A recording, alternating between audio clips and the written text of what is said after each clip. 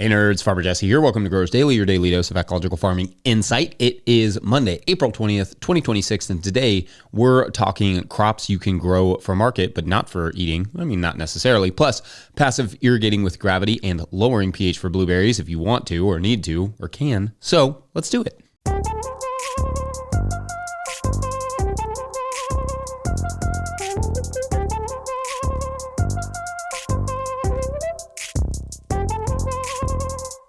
All right, happy Monday, the 20th, everyone. I hope you all had a nice weekend. Mine was quite relaxing, really, after, a busy week last week. Mostly just soccer stuff as usual. It's this, tis the season. And we did a soccer board meeting thrown in there yesterday, so it was just very soccery. I did get the squash in on Friday, and my burlap trials continue with that, as that will be the mulch for this year's first round of squash and zucchini. I also covered the rice, like with a row cover, because I'm not convinced that these low temps couldn't, just throw in just a little surprise patchy frost, no relation. So being a little cautious there on just protecting our rice. I'm also going to try the burlap with the peppers as a mulch. I think in general, I'm just tinkering with it to see if it could be a good replacement for things like landscape fabric, seeing what works, seeing what doesn't, and if I even like it. I don't know. I don't like cutting holes and stuff. That's just a pain. So anyway, not sure yet, but we will see, and I will obviously report back and tell you how those things are going. What trials are you all up to? Let us know by sending in your 20-second farm video clip to farmermike@no-tillgrowers.com. Love to see those and hear from you all. Just upload it to like Dropbox or Drive or whatever, and then share it with Mike. All right, so we recently got this message from Patreon member Amy Peary, who wrote, quote, "If you run out of veggies to cover, I would love a segment on loofah. I guess technically you can eat it when it's young, but I'm more interested in the sponges," end quote. And so I thought, well, maybe I could do a whole segment on loofahs, but also maybe I could just do a whole show on these off the beaten path crops, and not particularly edible crops. Like that. As we tend to do on Mondays, we'll focus on one crop, but in this case, crops you don't really eat. Now, one caveat here, I think energy, water, and growing space should largely be used for food, but I also think it's important that we stay connected with some of these other utilities found in crops, like birdhouses, etc. So let's just venture out a little bit today and talk about some of the other crops that could fit in the market garden context that are not necessarily or usually food. And if you still think this is a weird use of space, growing space that is, not podcast space, I mean, there's no lack of weird uses on this show of podcast space. There are a lot of useful things that can be grown, some of which, like the cucurbit family, it's like your squashes and stuff, have both edible and non-edible parts and versions. So let's start with discussing that whole cucurbit family in this first segment, because it is maybe the biggest in terms of like producing crops that are not necessarily food. Gourds, for instance, decorative gourds are a huge hit in the fall around Thanksgiving time here in the United States, and as is so often the case, can sell for a much higher price individually than, say, a single yellow squash. And within the gourd family, you have a lot of variety. Throughout history, these sorts of crops have been used from everything from like birdhouses to ladles to musical instruments to bowls and, like storage utensils and basically anything else you can think of that, would require like a complete case. Moreover, within that family, you do have things like loofahs, which make for excellent sponges. Now, decorative or ornamental stuff is going to sell at a slightly higher premium than sponges in general, but in the right context and the right market and with the right marketing, maybe not. Or something like a decorated gourd birdhouse could be an exciting addition to the winter markets, winter farmers markets, where customers are not always or at least exclusively looking for food. Some want some gifts, and if you can have a homegrown gift, I think that's always a nice option. Or for home growers, obviously kids love stuff that they can paint and decorate and grow. Growing your own loofah is pretty fun. For a long time, Hannah and I debated the idea of starting a small farm gift basket program to bring, like stuff to market in like October or so, when the most birthdays are, notably, thanks, New Year's. Then going, through Christmas with these like sort of farm to table gift baskets, just baskets full of locally grown stuff. And it could either be perishable or partially perishable stuff like squash and potatoes, or it could be like, loofahs and, brooms and then maybe even like a homemade basket. Stuff that just sells really well and, stuff that's a lot easier to deal with in the winter than, like frozen vegetables in the field. Oh, and things like jack-o'-lantern pumpkins, also another cucurbit that is somewhat of a non-crop, right? People are mostly going to carve it. And in fact, for at least a few of these varieties, some of the male flowers can be harvested as squash blossoms, which gives the plant a second crop. It can be a little harder to get in there without stepping on the vines, like like if you have them grow out and you want to go harvest some squash blossoms, you don't really want to step on those vines. It can be a little bit difficult once they get big enough, but at least for a time, you can take some, preferably not all the male flowers, to market for, or just sell them to chefs, or just eat them, stuff them and eat them. I think crab, that's a good one. Anyway, that can be a good interim crop while you wait for your actual gourds or whatever it is you're growing to actually grow and mature. Now, in the third segment, I'll add some more non-food crops, but just some things to think about with the cucurbits/gourds is that they need to be grown roughly in the same fashion as winter squash, maybe not quite as much space between crops, but they do vine out heavily. And if it's like bigger fruits, like, birdhouses or loofahs, you will need to give them ample space, good fertility, because they are heavy feeders, and preferably some mulch will help as well, just to keep that moisture in there. Now, you will also have to charge accordingly, because not only are they slow and high maintenance crops, but they will require some attention in terms of weeding, which costs time, and time equals money, especially when you're selling stuff. So don't spend a season growing gourds and then sell them for $1 a piece. Like all things, you can't charge less than what they cost to produce them, and they cost probably more than $1 a piece to produce, at least in the amount of space they take up. All right, so that's the cucurbit family. Fun time that we had. Anyway, did I miss anything from that family? Let us know. We will touch on some of the other non-food crops in segment 3. For now, though, we're going to take a quick break and talk gravity-fed water plus pH and blueberries. It's not the same question. It could be. It isn't. But you can make it. It doesn't matter. Anyway, BRB. What do you think, kitty cat? Hey nerds, Farmer Nick here at Riggin Farm, North Georgia, Zone 7B. Want to share some garden updates this spring. The Salinova's doing really well, and we're really excited to get fava beans later this year. We recently put in 200 pounds of seed potatoes and mulched them with hay, and we're just about ready to get all of our tomatoes and peppers into our high tunnel. Today's episode is brought to you by Grown By.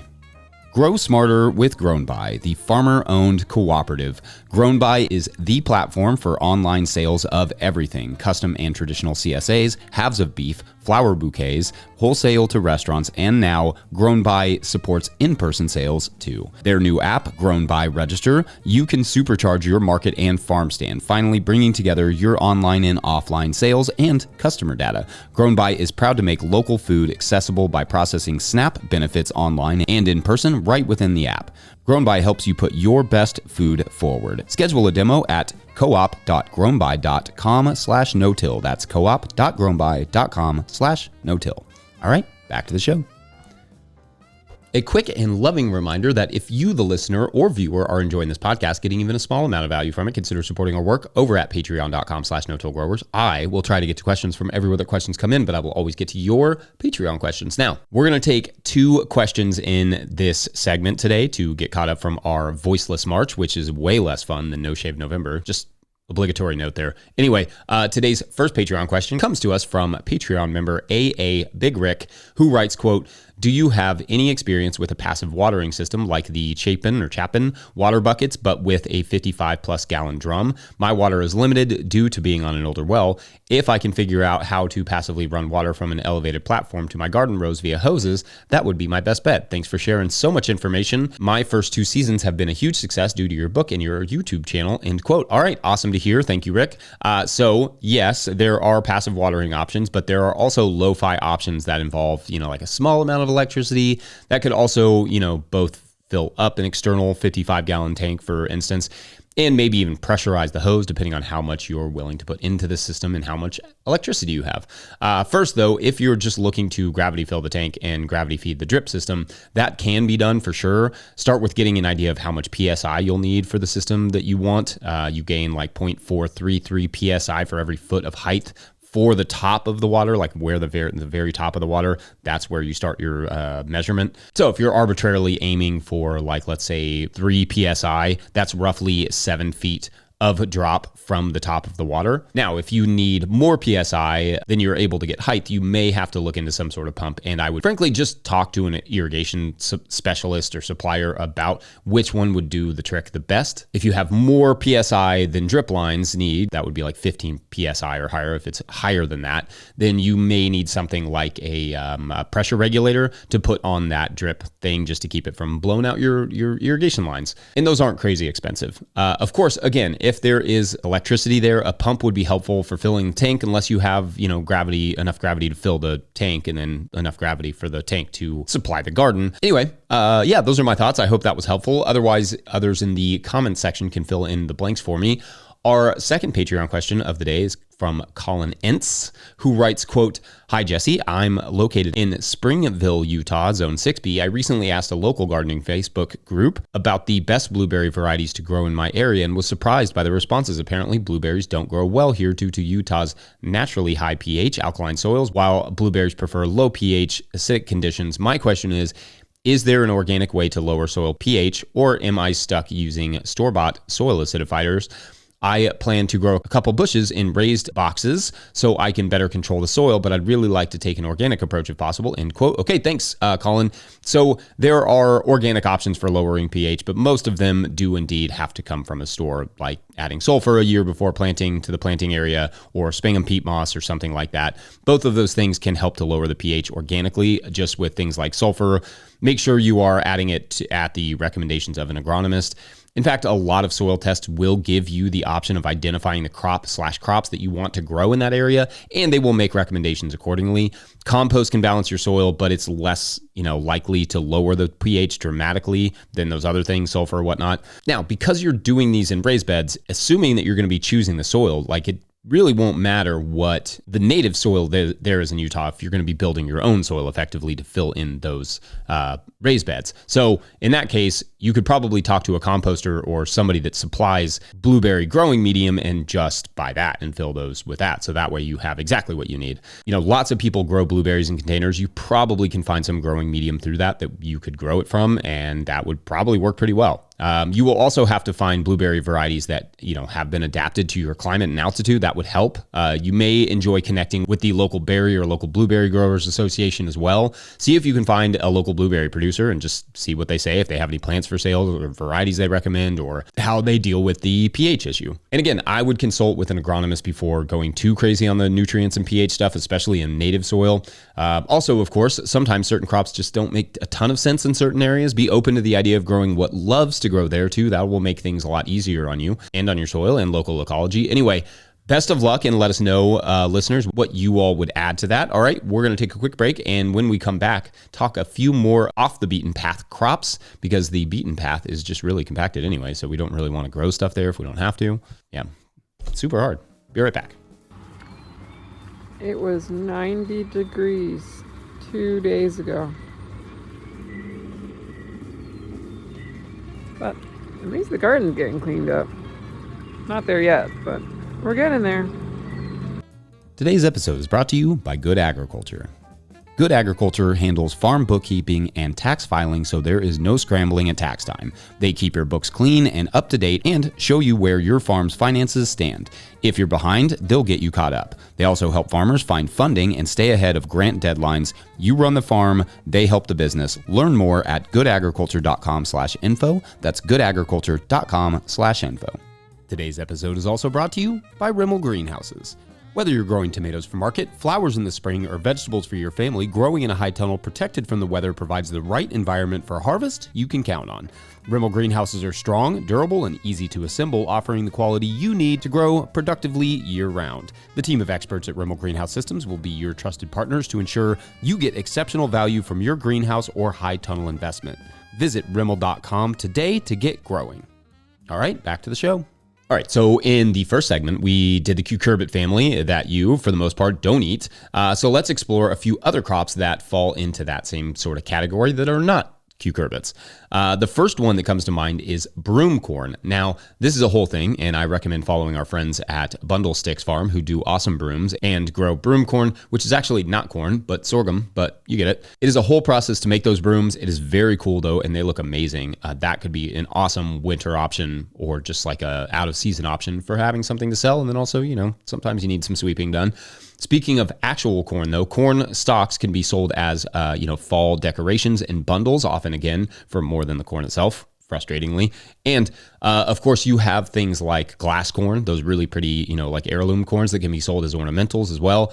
Thinking back to this first segment when I was talking about baskets themselves could be grown from crops like willow, like people make willow baskets, or bows, like for bow and arrow bows, grown from Osage orange prunings. That could be cool. Lots of options for non-food items from wood, obviously. For crops, though, another one that comes to mind is clothing from cotton, stinging nettle, hemp, etc. Textiles in general require some fairly significant processing, so don't think that one will be a simple walk in the park if you want to, dabble in some textiles. But in the right circumstances, it could be cool. And of course, we are still looking to hook up with some growers who are producing regenerative, fibers of some sort for hats at some point soon. That would be super cool. So you can reach out to us at no-tillgrowers@gmail.com if that's like your thing. If you're growing a lot and you have like an outlet for whatever fiber you grow and you're already like producing it for somebody, let us know. Maybe cool to hook up. Flowers, of course, are an obvious one, and things like dried garlic for wreaths. Take that, vampires. Flowers are a huge topic, obviously, but they are also probably the quintessential non-food crop in the market garden world that people grow. I mean, there's hardly a more profitable crop than flowers. They're really productive. For square footage, they just really, really outshine most vegetable crops. I mean, there's a near endless category of useful non-food crops, and please feel free to add the ones I missed or any that you think of for this non-food category, which again, I think we, need to maintain a relationship with these more utilitarian crops and keep breeding them, preserving those seeds and that biodiversity and that knowledge, not at the expense of your livelihood, but hopefully all of you still leave a little bit of room in your gardens to goof off just a little bit. I mean, I can't imagine doing this job and not growing just a little bit of something fun. Anyway, let me know what all comes to your mind, and otherwise, I think we are done here on this Monday. Yeah. Don't forget, No Till Growers is a nonprofit 501c3, so donations are tax deductible and greatly appreciated. Please make sure to like and subscribe and or follow wherever you're getting this podcast. That is an easy way to help us out as well. Enormous thank you to all of our show sponsors. And if you'd ever like to sponsor this show, you could reach out to Farmer Michelle at no-tillgrowers.com. Big thank you to Michelle, and big thank you to the No Till Growers Board of Directors. Huge shouts to Willie Breeding for the theme music, Mike Hilbert for the production help and editing, and my wife Hannah for absolutely everything in the world. Also, shouts to Epidemic Sound for the background music that you can hear.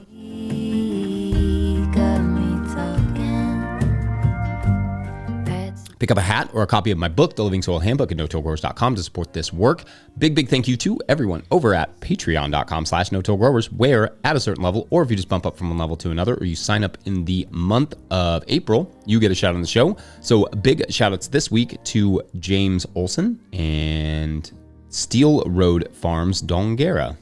That's fun. All right, so this week's story is about Lydia. Lydia is a 45-year veteran of teaching. She's retiring. She's been teaching for 45 years in the school system. Loved it. Loved pretty much every minute of it, most of them at least. But anyway, she's done. She's single too, so she's, around 60, 65. Yeah, she's 65. And she's, just had a good life. She's loved her teaching, but she's ready to hang out and do basically nothing. So she, through a friend of a friend, books this amazing cruise out in, up and down the coast. So it basically starts in Maine and then it slowly creeps down, stopping at all the little port cities, all the way down to Florida, and does that basically all summer. So as it gets closer to the fall, she's kind of staying the same temperature, not getting too far down before it gets too hot. But anyway, so it ends in Florida. It'll be a nice little trek for her, and then she'll make her way back to where she's from in, let's say, Albuquerque. Hadn't really ever spent much time on the East Coast, so she was very excited about that. And anyway, this cruise, it isn't exactly what she expected. Why? Well, that is for tomorrow on Cruise Control, because that's the only pun that I could come up with off the top of my head. Anyway, thanks for watching and or listening. We'll see you then.